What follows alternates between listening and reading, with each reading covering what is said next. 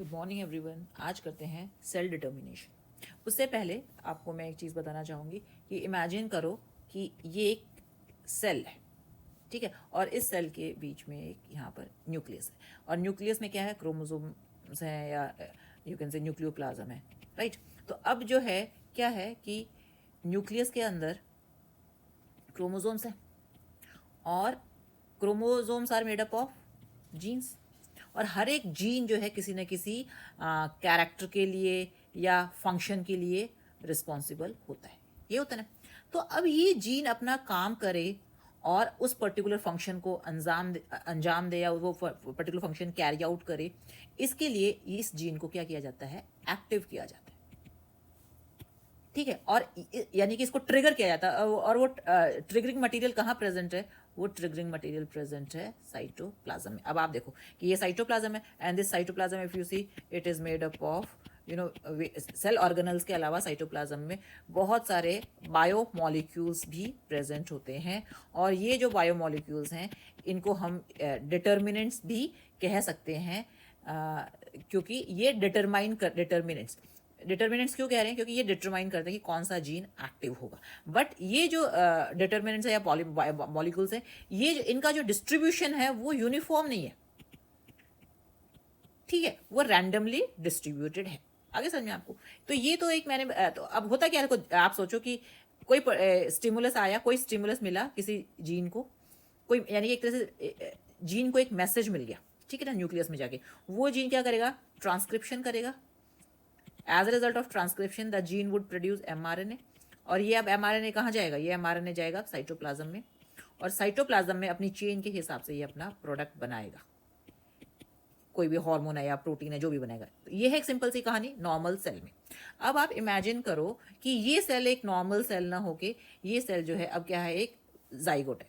Fertilisation के बाद one cell stage जो होती है एम्ब्रियो की, उसको हम कहते हैं जाइगोट। ये जाइगोट है, ठीक है। जाइगोट में भी इफ यू सी वही टिपिकल सेल वाली कंपोजिशन है।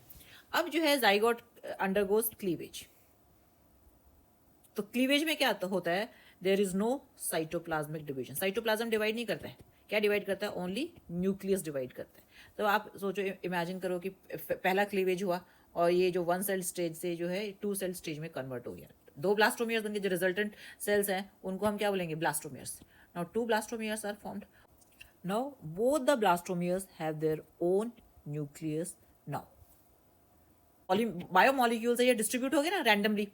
Suppose next stage, two cell stage के बाद आप सोचो कि फोर सेल स्टेज आती है, देन इस तरह से 16 सेल स्टेज आएगी, 32 सेल स्टेज आएगी। तो हर बार जो है, जो हर एक सेल का जो है न्यूक्लियस, और जो है फर्दर ये डिवाइड होते रहेंगे। यानी कि साइटोप्लाज्म के जो के अंदर जो डिटर्मिनेंट्स है या बायोमोलिक्यूल्स है, वो जो है हर एक स्पेसिफिक सेल में उनका जो यू कैन से कॉम्बिनेशन है वो चेंज होता रहेगा। देखो इस सेल में ये वाला डिटर्मिनेंट आ गया, अब आप सोचो कि इस वाले ये वाले सेल में ये वाला डिटर्मिनेंट आ गया, इस वाले सेल में ये दो डिटर्मिनेंट आ गए। यानी कि बायोमोलिक्यूल्स जो साइटोप्लाज्म है वो हर एक सेल में या ब्लास्टोमियर में अब डिफरेंट है। यानी कि अब जो ब्लास्टोमियर्स फॉर्म हुए थे ना, वो ब्लास्टोमियर्स अब डिफरेंट है। हालांकि सबका जो न्यूक्लियर मटेरियल है वो सेम है, बट डिफरेंट कहाँ से हैं, उनके अंदर जो डिटर्मिनेंट्स प्रेजेंट हैं साइटोप्लाज्म में, या उनके अंदर जो स्टिमुलस प्रेजेंट है अब वो डिफरेंट है। इसीलिए अब हर एक जो ब्लास्टोमियर है उनका स्टिमुलस डिफरेंट है, तो उनका जो सेल टाइप है वो भी अब डिफरेंट हो गया है, ठीक है। तो इनिशियल स्टेज पे जो एक इनिशियल स्टेज पे जो जाइगोट वन सेल्ड था, उसके उस स्टेज पर तो क्या था कि उसके पूरे जो जीन्स थे, उन जीन्स को फुल्ली एक्सप्रेस होने की कैपेसिटी थी। तो ये जो फुल जेनेटिक एक्सप्रेशन था जाइगोट का, that is lost after cleavage. और क्लीवेज में क्या है, लिमिटेड जेनेटिक एक्सप्रेशन है, ठीक है ना। तो इस फुल्ली एक्सप्रेसिव सेल जिसको हम कहेंगे टोटीपोटेंट सेल, अब वो टोटीपोटेंट सेल किस में कन्वर्ट हो गया, प्लूरीपोटेंट सेल में कन्वर्ट हो गया है, क्योंकि अब only few genes are able to express in this cell. So this process of the cell which is being converted from a fully expressive to limited expressive cell is known as cell determination. आगे समझ में? तो इसीलिए जो है ना वो बाद में फिर सेल्स की ना फेट डिसाइड हो जाती है कि अच्छा ये वाला सेल में केवल ये कंपोनेंट्स, तो ये सेल जो है ये लेयर बनाएगा, या ये वाला सेल जो है पेनक्रियास का पार्ट बनेगा, ये स्टमक का पार्ट बनेगा, जो भी हो सेल की जो फेट है वो अब जो है फिक्स हो जाती है, डिटरमाइन हो जाती है because of this process, right? Okay, अब क्या है कि आप इमेजिन करो कि क्लीवेज के बाद जो है एक ब्लास्टुला फॉर्म हो गया या गैस्ट्रुला फॉर्म हो गया, wherein it is just a ball of cells, ऐसे हो गया ना? इसमें इनका अपना न्यूक्लियस है और इनके अपने अलग अलग कंपोनेंट है। बट उसके बाद क्या हुआ है कि एम्ब्रियो बन गया, और एम्ब्रियो की फॉर्मेशन के बाद या यंग वन बन गया, तो उसकी बॉडी क्या बन गया? मल्टी सेल्युलर बन गई, ठीक है ना?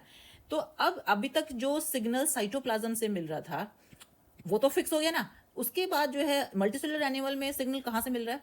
मल्टी सेलुलर एनिमल में सिग्नल जो है एडजॉइनिंग सेल से मिलता है, यानी कि जो जीन का एक्सप्रेशन है या तो साइटोप्लाज्म डिसाइड करेगा, या फिर जब जो लार्ज स्केल पर एनिमल हाई लेवल की फॉर्मेशन होगी या टिश्यू या सेल ऑर्गन लेवल फॉर्मेशन होगी, उसमें सिग्नलिंग कहाँ से मिलती है? उसमें सिग्नलिंग होती है एडजॉइनिंग सेल्स, ठीक है?